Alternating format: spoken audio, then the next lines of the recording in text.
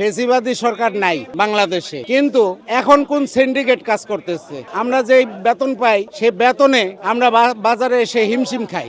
রমজান তো এমনি এক্সট্রা খরচের একটা মাস, তার উপরে আবার যদি দ্রব্যমূল্য বৃদ্ধি পায় তাহলে তো ওইটার উপরে মরার উপর খাওয়ার ঘা আর কি এরকম হয়ে যায়। দিন শেষে চাষি তো দাম পাচ্ছে না, তো এর পরের বছর কি চাষি চাষ করবে? বাজার তো কিছুদিন থেকে একই রকম, ভালো বলবো না কখনোই।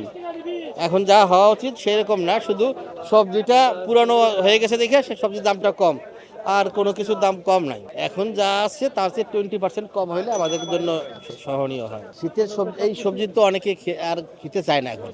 আগে ব্যাগ আনতাম কমপক্ষে 2টা, এখন আনি 1টা, মানে অর্ধেক কমে গেছে বাজার। আর টাকা তো বাড়তেছে না, কিন্তু দাম বাড়লে পর তো অবশ্যই কমাইয়ে কিনতে হবে, তা তো উপায় নেই। হ্যাঁ, অবশ্যই কষ্ট হয় যদি কিছু পুঁজি, যারা যে পুঁজি আছে বা যা একটু আছে ডিপোজিট, সেটাই শেষ করে খাইতেছি। বাজারের অবস্থা খুবই খারাপ। এখন চাউলের দাম বাড়তি, বিভিন্ন তৈলগুলির দাম বাড়তি, তৈল নাই মার্কেটে, কোনো তৈল নাই। কিন্তু 17 বছর ফেসিবাদী সরকার আওয়ামী লীগ সিন্ডিকেট করছে, ওনার দলের লোকগুলি সোয়াবিন তেল সিন্ডিকেট করছে, দলের লোকের কাছে পাওয়া গেছে। কিন্তু এখন বর্তমান ফেসিবাদী সরকার নাই বাংলাদেশে, কিন্তু এখন কোন সিন্ডিকেট কাজ করতেছে। আমরা যে বেতন পাই সে বেতনে আমরা বাজারে এসে হিমশিম খাই। এখন মিনিকেট চালগুলি 85 টাকা কেজি। ডাক্তার ইউনূস আমাদের ভাগ্য পরিবর্তন করতে পারবে না। আমাদের সবারই ভাগ্য পরিবর্তন করতে হলে আমাদের সবাইকে ঐক্যবদ্ধ হয়ে আমার দেশকে আমার বাঁচাতে হবে, আমার দেশকে আমার বাঁচাতে হবে। আমি আপনার কাছে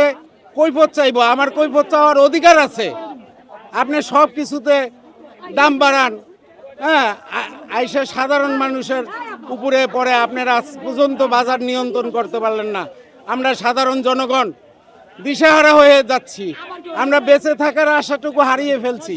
দেশের অর্থনৈতিক অবস্থা যেহেতু খুবই খারাপ, বাজার পরিস্থিতিটা যদি স্বাভাবিকের মধ্যে থাকে তাহলে সাধারণ মানুষের খাওয়ার পক্ষে খুবই সুবিধা হবে। না, বাজার আগের চেয়ে একটু বেশি, সবজির দাম গত সপ্তাহে যা ছিল তার চেয়ে এ সপ্তাহে একটু বেশি। হ্যাঁ, সেটা নিয়ে আশঙ্কা করতেছি। এখনো যা আছে মোটামুটি যদি এ পর্যায়ে থাকে তাহলে মোটামুটি ভাবে সাধারণ মানুষ কিনে খেতে পারবে। সাধ্যের বাইরে হলে তো আমাদের মতো মধ্যবিত্ত যারা আছে তাদের জন্য তো দুর্বিষহ হয়ে যায়। কারণ রমজান তো এমনি এক্সট্রা খরচের একটা মাস, তার উপরে আবার যদি দ্রব্যমূল্য বৃদ্ধি পায় তাহলে তো ওইটার উপরে মরার উপর খাওয়ার ঘা আর কি এরকম হয়ে যায়।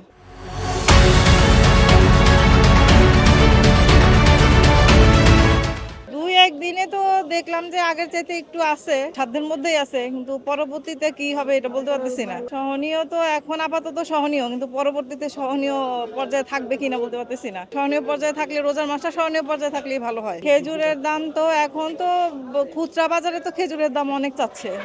আমি এই যে আলু নিতে আসছি, আলুর দাম জিজ্ঞাসা করলাম, আর যদি 5 কেজি নিই তাহলে 90 টাকা। তো এখন কথা হচ্ছে আমি 20 টাকা কেজি ঢাকা শহরে কিনছি, গ্রামে দাম কত আমি জানি না। তো এখন চাষি কত দাম পাচ্ছে, আসলে চাষি যদি না বাঁচে, আমরা যারা ক্রেতা, যারা শহরে থাকি, কম দামে খেয়ে তো আসলে কোনো লাভ হবে কেউ বলে আমার তো মনে হয় না। কারণ আগে চাষি বাঁচতে হবে, তারপরে আমরা বাঁচবো। কারণ ফসলই যদি ধরেন চাষি যদি পর্যাপ্ত দাম না পায়, চাষ না করে, ধরেন এই বছরে এখন আলুর দাম কম বা অন্যান্য সবজির দাম কম, চাষি চাষ করছে, অনেক ফসল হয়েছে, দাম কম হয়েছে, আমরা কমে পাচ্ছি, আমরা যারা ক্রেতারা আছি আমরা খুব আনন্দ করে খাচ্ছি। কিন্তু দিন শেষে চাষি তো দাম পাচ্ছে না, তো এর পরের বছর কি চাষি চাষ করবে?